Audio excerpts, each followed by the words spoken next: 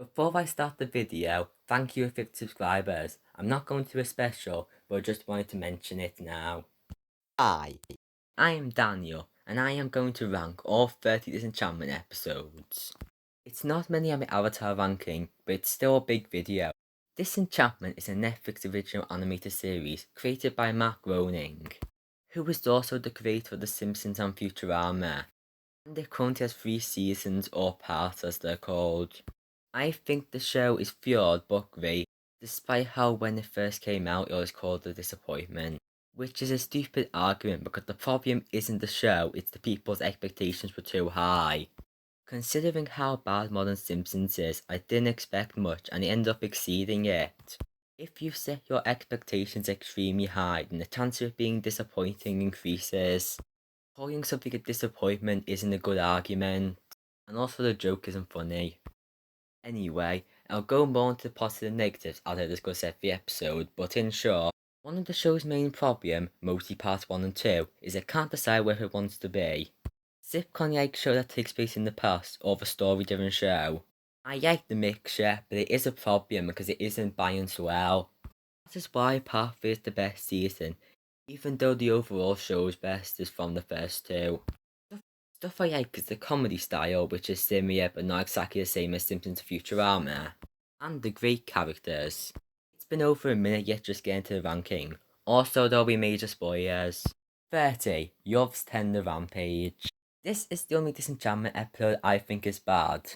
I normally skip it in rewatches, but I didn't in the rewatch I did for this video.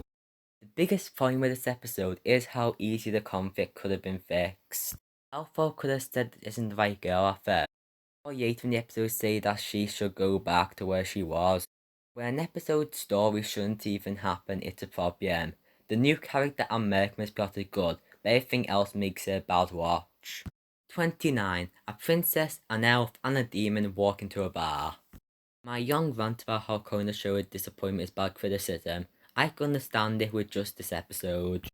Bad introductory episode because it feels like it's restraining itself from using stuff that's quieter in later episodes. And it wouldn't be such a major problem if the episode wasn't 8 minutes younger than the rest of the part 1 episodes. As an episode on its own, it's technically better than the next two, but it is lower because of how poorly it sets up the trio. Seriously, Alpha was friends with Bean and Yusi before they even had a conversation. 28. The Electric Princess. I dislike how this episode first shows Damian in a way that doesn't treat it like a place, because it ruins any immersion.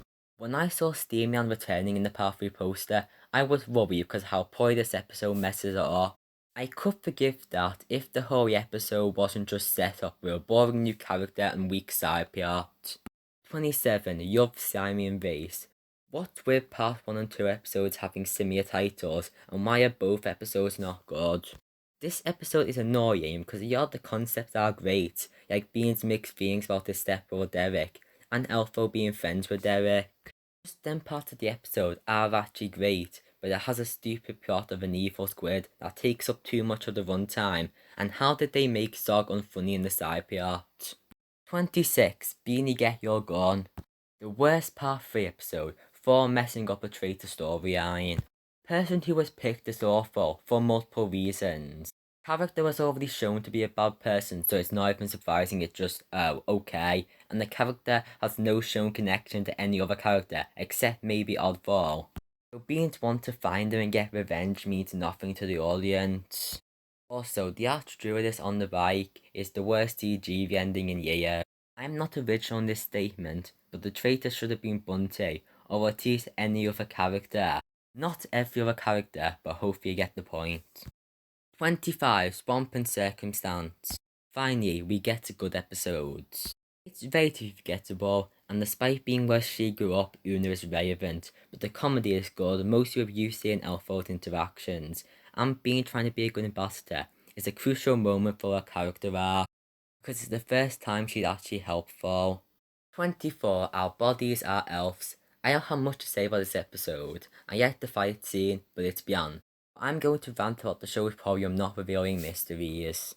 Last season, Elfo's dad was about to tell him what his mother is, but he had to leave to save people.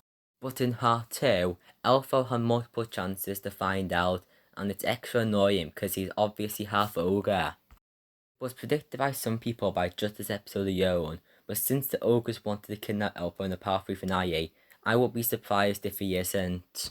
23, Freak Out. Good episode that's right in the middle of the Steamy Hand arc. That is kind of too slow paced, but it isn't a big problem. 22, Steamy Hand Confidential. I shortened my thoughts on Freak Out because I might as well pair these up. I prefer this Steamy Hand because it doesn't make as big a point of how big it is and treat it like a normal location. The problems I have with the Artruid still pull this episode down a yacht, and I'm mixed on this new villain. 21, The Princess of Darkness. A funny episode, but not very memorable, or does anything interesting. 20, You're the Being.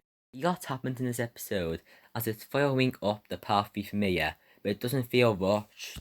Being escapes and confronts her mother, Derek becomes the king controlled by Oddboy and the Artruidis, and Sog turns insane buried alive, all in a normal runtime.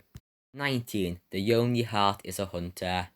All three plots are great for different reasons, whether for character development or for having spectacular comedy, but the way they are combined is very sloppy. However, it works at being light-hearted after all the very story-heavy episodes at the start of Part 2. 18, The Dreamian Job. I mentioned this when discussing Toy Story 3, that I like heist and prison break stories, and that is because I enjoy seeing all of the planning and challenges of the heist. It's a fun episode in that way, but it feels more fiery than most of the episodes because it doesn't do anything characters. Zog overtaxing the elf seems like something he would have done in Part 1, not in Part 2, even though he does later regret it. The ending twist is greatly executed, for being unpredictable, despite seeming obvious on rewatches. 17, The Very Thing. By this episode, Uno is one of my favourite characters, even before Part 3. Because if it weren't for her, Dreamland would still be turned to stone. I also, even though it's the like a joke, like how this episode shows divorce can be a positive thing, by having both Sog and being on better terms now. The other noteworthy thing to discuss about this episode is reverting to a status quo episode, which I actually think is a good decision. If it were to happen in Part 3 as well, it would be a problem, but it works in my opinion to have more mostly light-hearted season. And Part 2 changes both the setting by having the elves living in Dreamland and the characters act differently after what just happened. Like, Bean is yes selfish, Lucy isn't technically a demon anymore, so he isn't much of a bad influence. Zog doesn't have the burden of Dagmar being poisoned, making him do bad things to get the vial. And Elfo, okay, not really Elfo. An overall really good episode, but not quite a great one. 16, The Yaspiash. Technically part of the Steamian arc, but it's just 5 minutes concluding that story, and then Bean falling in love with a mermaid. Now that Bean is over feeling lost about her mother being evil, she needed some form of emotional trauma, so this was it. An entire episode of mostly characters just talking, and that makes the episode unique in a good way, and it only just ends up on the lower half. 15, Castle Party Massacre. At first, I agree with this episode of Youth Tender Rampage as a weak episode for being tied to Elphone Beam Youth Story of Part 1, but now that like it won't be official, it helped this episode a lot, but not the other one, that episode is still bad. I rate this episode for having a lot of the best comedy of the show, and helps up the comedy of what the show will be like describe, narrate everything, the guy questioning the rules of magic in such worlds, and many more very funny jokes. 14, The Disenchantress. This premiere feels empty because the other time is spent with Bean doing nothing, and Cloyd and Becky are used only to die in this episode. However, Dagmar is used great here because her mysteriousness hasn't gone old yet like it did in Part 3. And Jerry becoming friends with Bean is a great idea, and all their scenes together are amazing. It's really sad that Bean was going to get Jerry to come with her, but unfortunately he died, but at least his character wasn't disappointing. 13, Hey Pig Sienda. The only multi-episodic Part 3 episode, and it's all about Merkimer, who was given great characterization, and it's really funny throughout the whole episode. The problem that keeps it from being properly great is that the parts where the human Merkimer can't talk are uninteresting. 12, Tiabini Falls. This is where episodes start getting great, but this is easily the worst season finale. I like the plot of Bean trying to prove innocence while Sog is dying, but part 2 feels so short it uses its impact. I would have made it clear that it's been a long time since Dreamland was saved, cause it could have been months or days. I might have missed the line that confirms the time span, but it still should have been clearer because it was easy to miss. I defended part 2 having a status quo, but this season's pacing is still mediocre. 11. The Limits of Immortality. A very fun quest episode that also ties to the season story, but aside from maybe the opening, it can be enjoyed on its own for great comedy and adventure. It just missed out on the top 10. 10. To Whom the Pig Oinks.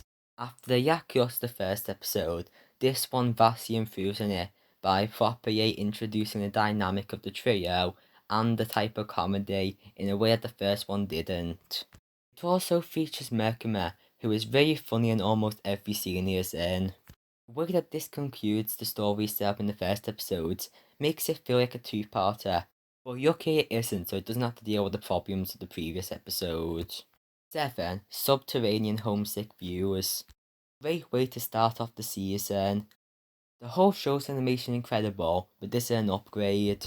The story works, and I'm noticing a trend in season premieres that this episode gave Death Dimension and a backstory to Pentagast, only to kill him off like what happened to Jerry. 8. Faster Princess, Kill Kill Kill. Probably the funniest episode of the show. A plot about Dream being kicked out and trying to get a job, later cross over Hansel and Gretel, and it works surprisingly greatly. 7. Bean Falls Down. Currently the final episode of the show, even though there will be a part 4. It's a great way to end the season, showing Bean becoming a queen. That rhymed. Ending with the highest stakes so far. I can see how it's a bit too much happening. But on rewatch, it makes sense because of how the whole season seems to be setting up a disaster. And how there was very few peaceful moments. And the episode that was like that, the Yasp Yash, ended in disaster. I also really like the title, for trying to continue the pattern of season 9 being Bianc Falls, but it adds down, which makes it funny. 6. Stairway to Hell. This is where the episodes get amazing. Both for the spectacular comedy from Jerry, God, the Devil, and Sog's interaction with Merkimer, which is so much better than Sog practically doing nothing in the Disenchantress. The other is the story, for moving along from part 1's finale and part 2 premiere, with Elfo being saved from hell and used to sacrificing immortality, being spectacular to the vial of immortality from the first season. The only minor problem is that I started a false plot of Elfo being upset that Bean chose Dagmar over her that goes nowhere aside from the next episode, and it's just pointless conflict. 5. The Madness of King Zog. Would have been better if Freckles was included earlier in the episode, but that doesn't stop how superbly this concludes Sog's madness for part 3. The bit near the ending where Sog tells Bean through Freckles he's too far gone is a really sad moment. 4. Bad Moon Rising. Best part 3 episode for being funny and having Bean and Una team up in an amazing way that shows how much both characters have progressed. I was already a fan of Una in part 3, but this made her the second best character in my opinion after Sog. Didn't bother continuing the episode's 7 title, and it ended up being great. 3. In her own right. An amazing episode for the extraordinary theme of how differently both Bean and Sog emotionally try to deal with Dagmar betraying them. Sog tries to remove all memory of it and hold that part of him inside. Bean becomes a writer and finds a way of expressing her feelings. 2. Dreamland Falls. Dagmar's return, which starts out like it's going to be a wholesome reunion to end the season, but ends up a tragedy. Bean finally feels like she met someone like her, but the twist is that she was evil, which is greatly executed, because it's so obvious yet unpredictable. Bean feeling guilty about switching the drinks and poisoning Dagmar instead was a good thing all along. The final scene with Sokoyom in Dreamland was an amazing way to conclude part 1. Had more to say about this when comparing it to the number 1 choice. 1. To find own elf be true. Easy Disenchantment's best, which is weird because all this episode is Elfo finding out he's half elf, going to Elfwood but not being able to find out. Oh, and also he dies. The real majesty of this episode is the contrast of being in Elfo's ending part 1, finding out there's more to them, and for Elfo dying, and for being leaving the other half there behind. Part 1 may be the weakest season, but the parallels with Elfo being is something that seems to have been put on hold until maybe Part 3's ending, where Elfo leaves Halfling behind by being kidnapped by ogres, I'm assuming he's half ogre, and Bean's other half left there behind. I put this episode better than Dreamy Unfold because it's more funny, but both show the potential and show off what the best of Disenchantment is. In conclusion, I couldn't find a tier list, so here's my ranking in a less visually interesting way. This was a big video, and depending on how it does in views, I might be more Disenchantment videos. There is definitely going to be a fourth part, and probably part 5 and 6 as well. So I will discuss things that I would want from Disenchantment part 4, as well as possibly anything that comes after. There's a lot to deal with from part 3, and how they end things is not what I'm going to suggest. I would want to bring back the Bean and Elfo contrast fully, also stop making Dagmar mysterious, and reveal things about her. Wait till at least halfway through the season to bring Yusi back from heaven. That is assuming he will be revived. That doesn't have to happen. I'm not saying if these don't happen it's bad, or I know more than the show. Just some predictions for the show. Anyway, I hope you enjoyed this younger video. The end.